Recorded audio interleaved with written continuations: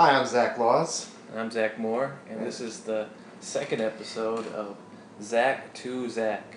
Or Zach on Zach Crime. Zach on Zach Crime. I decided not to do Zach on Zach just because it sounds a little bit like a porno. A little bit, yeah. That's the porn parody of this. Zach on Zach. So today we're going to be talking about American Sniper, which recently became the highest grossing film of 2014. Which is crazy. I mean, everything, like, besides, like, forget the movie, it's a little cool that, like, a movie like that where it was just like an awards movie did that successfully. Yeah. So that's kind of neat, even if the movie itself is a little bit for that. I think you have to go all the way back to Avatar. Excuse me. To get an awards movie that was successful? Yeah, well, to have the highest grossing film of the year be a Best Picture nominee. Because I don't think... And the movie that actually won that year, wasn't that like, that was the lowest grossing Best Picture ever? That was the lowest grossing Best Picture winner ever. I think Trash might have made as little money, but yeah. It beat Annie Hall. Yeah, American Sniper. So for this episode, we've got Trevor here dressed up as an American sniper, and we've gone out to the desert, and I'm going to hunt the deadliest game of all. Man. Maseratis. Alright, so I saw the movie back in December. You saw it recently. I saw it just a few weeks ago. Yeah, so... One of my recent thoughts. Yeah. Honestly, I thought it was a little boring. Like, it got to the point where it was like his third tour, and I was like, third tour? Isn't there a whole nother tour after this? Is he not done yet? Because, like, you kind of know what's going to happen. Yeah. So we're just like waiting for it to go. And I also, one thing I noticed is I felt like it was basically the same movie as The Hurt Locker. Like, it did exactly what The Hurt Locker did, but The Hurt Locker did it better. Right. And I think that, like, the great irony of the story is sort of left out, which is the fact that this guy who was so pro-gun was taken down by another veteran with post-traumatic stress syndrome. Yeah. And it could have been a whole comment on the thing, you know, post-traumatic stress disorder. I feel like, the battle sequences are amazing. But well, actually, it's all... I told you this, but I didn't like the battle sequences that much. Right. I thought they, like... because we know Chris Kyle is going to survive, since he's the main character of the movie, and he's a real-life person, so we know he's going to be fine, pretty much. So he's pretty much indestructible. And all the other characters around him were just sort of like interchangeable army guys. Like, I kept getting them confused, and I didn't really know who they were, so I didn't really, like, care about them as characters, so it was hard for me to invest in that. And plus, like, their missions, like, obviously I was like, why they shouldn't even be there or killing these people, or like I wasn't invested in the outcome of the mission either, so it was just sort of like watching these people shoot at each other and then get killed, and it was hard to get invested. And to counterpart that with the Hurt Locker, like, it's totally different. Like, all the characters are fleshed out, you don't know what's going to happen, and you care what happens because they're trying to save people's lives, they're not trying to kill people. Yeah. What is this? This guy's driving on the side of the road. See, I'm saving these people. I'm a hero. What I was going to say is that, the battle scenes are really great from a technical standpoint. They're all things that we've seen before. Whereas I think really dealing with the paradox of post-traumatic stress disorder is not something we've seen a lot in relation to soldiers. Yeah. So maybe it would have been best to have one tour in Iraq and then focus the rest of the movie. Yeah, I would agree with that. That was definitely... I felt like the strongest parts of the movie were when he was at home dealing with the stress. Because part of that was because Bradley Cooper, he was, like, amazing in this movie. Yeah. And when he's just, like, shooting at people or getting shot at, like, you don't really get to see that. But, like, in the scenes where he's, like, talking to veterans and he's, like, holding back these emotions because he's, like, a tough, manly Texas Marine Army guy, and he can't, like, express his emotions in a healthy way. Like, you can totally see that in his face, and it's really good. he brought more depth and humanity to the character than I think he had in real life. Yeah. I guess we should talk about what a what a crazy pathological liar Chris Kyle was. Well, you know more about this than me, so explain the lies to me. So, in his book, Chris Kyle... Let's pretend these are Iraqis. Yeah, this is okay. Yeah. In his book, Chris Kyle purports to have not only killed all these people, but he describes all these things that happened while he was back home that never happened. For instance, the famous Jesse Ventura libel suit. That'd be a good wrestler name. Yeah, Jesse Libel. He claims to have seen Jesse Ventura in a bar and knocked him to the ground because he was making disparaging remarks about the troops. That never happened. He claims to have been in New Orleans during Hurricane Katrina and was shooting looters from the Superdome. That never happened. I'm surprised people believe that one. Yeah. That just sounds made up. Yeah. Well, really? all these events, there are no police reports filed about them at all. Nothing. There's a whole other story about how he was getting carjacked by these two black guys. He reaches into his car, grabs a gun, shoots them both, and kills them. Then the police come, and he tells them to call the Pentagon. They'll tell you who I am. They get on the phone with the Pentagon. I feel like you saw that in a movie. Yeah, exactly. That's it's like hallucinated. Yeah. What happened to him. And then apparently the police wrote him a letter commending him for helping clean up the streets. That never happened. Yeah, that's a movie he saw. Yeah. So it's I mean, watching like Death Wish 2. Yeah. Speaking of Death Wish. And he was like, "This happened to me." Yeah. He claims to have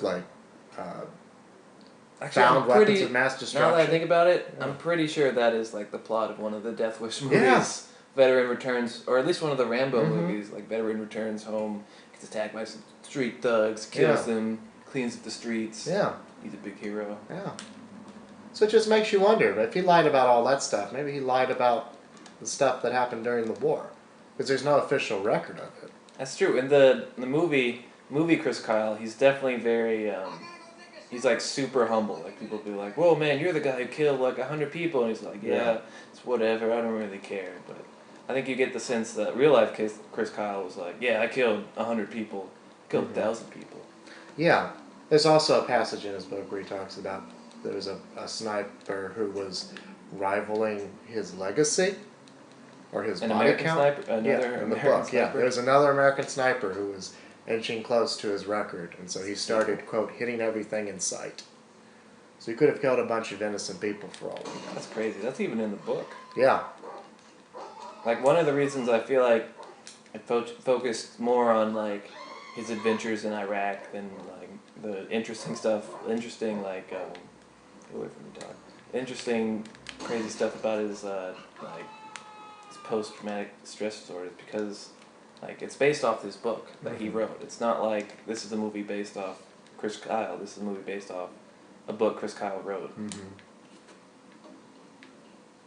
Stupidest dump truck. That happened in a movie, right? Yeah. Stole a dump truck. Yeah. Smashed him. Well, it's almost like a tank, so. Yeah. There's that scene right at the beginning where it's probably one of the, like, my favorite, like, action sequence where there's that kid about to throw the grenade at the tank. That's one from the trailer where everyone was like, "Oh, this movie's gonna be awesome." Yeah. And it's good. Though, fun fact, because they show the kid, like, doing terrorism. Apparently, like, I read that's not actually a thing that happens. Like, the Iraqis and insurgents don't use kids as, like bombs, or they don't get them, they don't make them into suicide bombers or anything. That's, like, totally fiction. Well, that was something else from his book, so. Yeah. Well, to be fair, that Hurt Locker, they had that too, so it's not. Right, true. It's not the only movie making stuff up about that. Yeah. But it's one of those things where they do where it's like, these are, like, inhuman monsters, not like our, like, heroic Americans. True. That's true, yeah. I mean, there are basically no good Iraqis in the movie. There was that, There's that one guy who tries to help them, but he's... And he gets killed, and he's just... Yeah. It's crazy with that scene where they're at his house, and they're just, like, screaming at him, and I'm like, even in that movie, like, who was watching this and thinking, like, yeah, we're the good guys. Yeah. Like, this is good what we're doing. Yeah. I think they're trying to set it up as like Chris Kyle's a tough talker, and he's trying to make sure this guy isn't trying to shyster him. You know what I mean? Because it's like I know why they're doing him. it, but it's like it doesn't really paint them in like a favorable light. And that surprised me because Clint Eastwood has proven in his previous work that he's a very even-handed person. You know, he made 2 whole movies about Iwo Jima on opposite sides. Yeah, and Letters from Iwo Jima is brilliant. Mm-hmm. So I don't know if it's just because that's the way it was portrayed in the script, and I mean he's been critical of the Iraq War before. I'm surprised he didn't put more of that in the movie. I can only imagine he just didn't want to do anything to upset. I do think you do sort of get the sense from the movie that like it never really glamorizes the war. Like the war definitely seems it just seems like awful and kind of pointless, and all the soldiers are kind of like, this is awful and kind of pointless. Except for Chris Kyle, though. Well, yeah. Well, even him, like, it's sort of like, you see that it's like, that's his opinion, like, he's all like rah-rah, but right, yeah. The movie doesn't have that opinion of the war. But I think it's very, it's just when it comes to, like, the soldiers and the Iraqis, it sort of gets, like, propaganda. I don't know if it really even gets propaganda till the very end of the movie when he's like, there's that. With Michael Fry. There's Michael Fry. Guest star Michael Fry. Special guest star. Yeah. So yeah, I'm gonna talking about deals. That's his opinion of American Sniper. What was I saying? It didn't even really feel rah-rah propaganda to me until like the very last scene where they were showing all those photos of the real Chris Kyle and his funeral. Yeah, that funeral was that was kind of ridiculous. Yeah. But I guess that's a real thing that happened. It was, yeah. Like that was real life. He was showing propaganda that was like a real propaganda. Yeah. Though actually, I felt like what's up, Michael Fry? We're recording our podcast. Would you like to talk some about your opinions of American Sniper? Nah. I didn't like it. No, sir, I didn't like it. I didn't like it. Michael didn't like it because... Let's see, there's the fake baby. Oh yeah, the fake baby. Extremely distracting. It's in more than one scene. I thought it was just one scene. Oh, see, I only really noticed it in that one scene where he's talking to his wife, and it's just like, wow, you guys are trying way too hard to make this obviously fake baby. Like they were acting their heart. Like oh shit, almost got hit by a car. Yeah, it's like they were doing really good acting because they were totally convincing. There's just this fake baby. My problem was I had it pointed out to me before I saw the movie. Like, yeah, me too. Yeah, so. I have a feeling that baby was real. It was just scared stiff of working for Clint Eastwood. Scared stiff. Yeah. It's like, I don't want to fuck this up. Well, that and like it was. I feel like it was pretty solid like filmmaking. Mm-hmm. But the story was... It was solid, but it was a little boring, I thought. Yeah, and then, God, yeah, way to fucking screw the pooch on your ending. Like, they set this whole thing up, they're like, oh, so what's gonna happen? It's like, oh, here you go, we're gonna sum it all up in 2 sentences. Yeah. Yeah, and I feel like that's like the most interesting part of the Chris Kyle story. It is. Yeah, that's the climax of the fucking movie. I feel like part of it was he didn't want to do anything to upset the man's widow and orphan children, you know. Like, she got to go to the Oscars. She went to the Oscars, and the next day she went to the trial of the guy who killed him. Oh my god! Like that must have been just the most bizarre thing in the world. Yeah. Probably like get out of the open. But that was, I mean, that's a whole other movie in itself too. This guy was another veteran with post-traumatic stress disorder. Chris Kyle took him out to a shooting range to try to make him feel like a man. To try to help him, I should say. You know, I guess he did have goodness in his heart there, but he did. I do think he legitimately did like good stuff with it. Yeah, but you know that's the thing about being that supportive of guns. Sometimes you get shot, and more likely than not, you do. Like that's one thing I was thinking of about the movie. Is I feel like Chris Kyle as a person is actually. There is a lot of dimension to him. Like, yeah, he was kind of like a lying dick and super macho American tough guy, but also, like, Like, he did help veterans, and he did probably save a lot of dudes' lives, like, legitimately. It's just, he also killed a lot of dudes. And I feel like the movie doesn't really explore that. And he also said, "I hate the damn savages. My only regret is that I didn't get to kill more." Yeah. From his book. They don't put that in the movie. They change it to, "My only regret is that I'm not." Fuck, what is it? It's that I'm not back there, you know? Kill more Iraqis. Yeah. It reminds me of Oscar Schindler.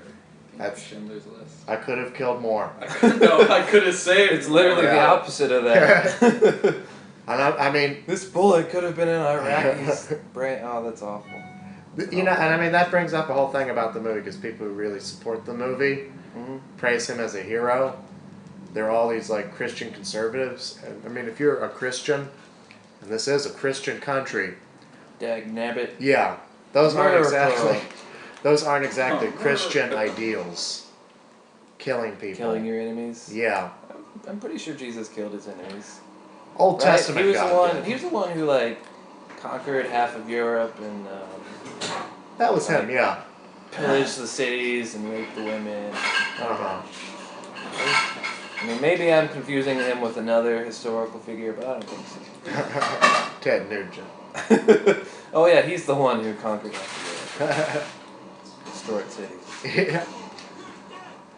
In fact, Fox News did an entire episode, entire day's worth of programming, say, the day after the Oscars about why American Sniper did not win Best Picture, even though it was the highest grossing film. It was nominated. Yeah. Well, It was Hollywood made the movie. Yeah. That was their argument, was that liberal Hollywood wanted to block the movie because Clint Eastwood's a conservative, but you can't make that argument because Clint Eastwood has 4 Oscars. Hollywood loves Clint Eastwood. He has 4 Academy Awards and several other nominations. He was a Republican all throughout that time. You know? They love Kelsey Grammer. Yeah. Bruce I mean, who Willis. doesn't love Kelsey Grammer? Who doesn't? Yeah. Should do a whole podcast about Kelsey Grammer. I feel like that would be a little one-sided. I don't really have much to add on Kelsey Grammer besides he seems like a cool guy. He's pretty nice. Police. Everywhere. Somebody fired my sniper rifle randomly in traffic. What's the big deal? Need to get up to a rooftop too. I just hide in this. Oh. You really are Chris Cobb. Oh, that's awful. That's awful. I'm sorry. To be fair, I thought it, but I was like, I'm not gonna make that joke. That's why I'm glad here. you did. Yeah. So I didn't have I just don't like the man. What can I say? I tried. The movie almost made me like him, you know? to. I liked Chris Kyle. Yeah, exactly. I mean, I was... Bradley Cooper. There's that moment at the end of the movie where there's a sandstorm, and they drive off, and they don't have Chris Kyle, and I'm like, go back and get him! Go back and get him! I was like, oh, he's gonna. I mean, they're not gonna leave Chris Kyle in the sandstorm. Okay, I'm talking about in the reality, and just watching the movie, okay? See, I I know wasn't how that he's sucked gonna into die. the story. I was just like, this is fake. I wonder how they're doing this sandstorm effects. I was, though. I think that it's a movie that probably should be taught in film schools the way that JFK is. Because I feel like it's the same kind of thing. Where it's a really well-made movie. I just don't think it. I mean, it's super competently made, but it doesn't do anything like spectacular. But I'm talking about just in terms of like it's when you're portraying a real story and your responsibility to the truth. The movie making is so subjective that no matter what you do, you're presenting a point of view. And I feel like the point of view that they presented in that movie. I think they were definitely trying to be very neutral, which is a point of view. See, I think that it's like it validates him at the end of the movie. There were a couple of parts of the movie where I thought it was going in the direction of maybe this guy's out of control. But ultimately, I think he's screaming at his baby. Yeah. Screaming at the nurse. Yeah. Give me my baby. Yeah. Give me my baby. But ultimately, I think it vindicates him, and they do that by Yeah, he's definitely saying, Yeah. oh, he's a cool guy. Saved a lot of soldiers. Yeah, and they do that by what events they choose to portray in the movie. It's crazy. It really is, like, it's a superhero movie. Mm-hmm. Like, it's structured like one. It has, like, the beginning, like, his origin story where he's shooting with his dad. And it's like 9/11 happens. And he suddenly becomes... And now it's calling... It's like the hero's journey. That's his call to action. Like, I bet you could... Maybe, like, a little bit. Like, I bet that movie follows, like, the Joseph Campbell hero's journey thing pretty well. Well, you know, as evidenced by his book, he probably stole a lot of that from it. You know? He really likes the Star Wars. Yeah. A lot of the things he... I really like Yoda. He was a cool character. I didn't know why he didn't want him to kill. Like, he should have killed more of the Sith. a lot of the things that he claims to have done, I think, were in movies. So, you know, going through, like, California in the airport and having people hold up signs that said baby killer. That's straight out of Rambo, isn't it? Like... How would you even know he was landing? How? Yeah. It's Chris Kyle. Let's get him. Maybe they were just going to a convention for, like, controversial signs. Yeah. They just had, like, a pile. Like, behind it was, like, I hate women, and behind that it was, like, black people shouldn't vote. Let's see They if we just can saw the make top one. That was baby killer. Yeah. Maybe he... There's a helicopter in the movie, right? Maybe... Yeah, there's a The one helicopter. at the end. Maybe he landed at an abortionist convention. That's true. They might have been an abortionist, and he was probably like, they were probably like, oh, that's Chris Kyle. He's really cool. Uh-huh. He doesn't kill babies. Yeah. He kills adult men. Adult men. Adult men who live in different countries. So Yeah.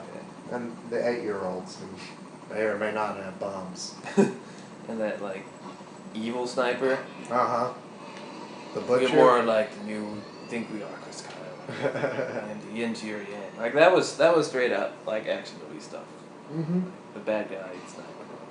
Like, it would have been cool to see a movie, even though he was, like, a totally imaginary character. Like, to see a movie about him. Yeah, and you know, apparently when Spielberg was going to do it, there was going to be more about that guy. It was going to show things from his perspective as well. Which would have made it not like a silly action movie and been really interesting. Since if he had been like a real person, he probably would have joined the war for literally the exact same reason that Chris Kyle did. Yeah. Kill anything with my sniper. Oh no. Yeah. Honestly, and he was shooting the soldiers for the exact reason that Chris Kyle was shooting Iraqis. That's true. Yeah. He was like, he probably was like, I'm just protecting my fellow soldiers. That's true. From the opposing enemy. I think there are just a lot of people in this world who need to believe that the Iraq War was a just war, and they can look at that movie and it vindicates the war for them. I don't know if it says that specific, but it's definitely very pro like military industrial. It's much more so than the Hurt Locker, I would say. The Hurt Locker is very ambiguous about his feelings towards the war. Yeah. And one thing I said this earlier, and I'll say it again about the Hurt Lockers. What I really liked about the Hurt Locker is its soldiers, or they're saving people's lives. They're rescuing people. That's like, that to me is heroic. It's like saving innocent people's lives, not like killing dudes. Yeah. And I don't think in the Hurt Locker, do they ever actually? I guess they. Actually, there's a sniper scene in Hurt Locker, isn't there? There is, and it's funny because in most movies, most war movies, the snipers are the bad guys because there's something kind of creepy about them. You don't know where they are. Even bring it back to video games. Like when you're playing multiplayer and you're walking around and you get killed by a sniper, it sucks. It's the worst. Like you're just walking and just like, and you're dead. And it's like, you got sniped. And you're just like, come on, man. Yeah. Like if it's one thing if like you're in a firefight and a dude kills you, like okay, like I lost that. But if like getting sniped, you just feel it just sucks. And sniping, which I've done sometimes, like in this game, you can play online. You can just like go up on top of a building and just like shoot other players and they don't even know. Like it always feels dirty. Yeah. It's like it feels like you're cheating. Like sometimes I'll do it like I'll You wouldn't be like, I don't want to kill this guy. Like, I don't want to be that guy. Yeah. He just ruins other people's fun. Yeah. Sometimes you do want to do that.